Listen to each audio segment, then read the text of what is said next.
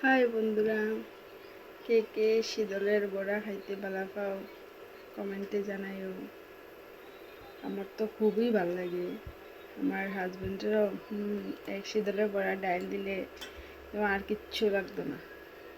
তোমরা কে কে ভালো পাও এই বড়াটি জানাইও।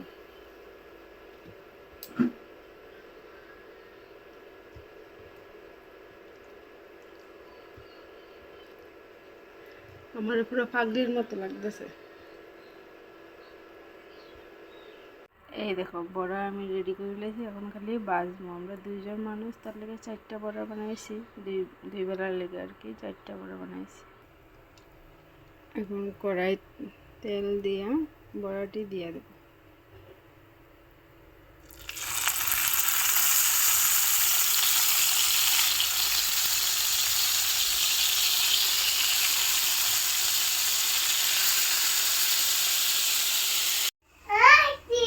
বড়া কমপ্লিট।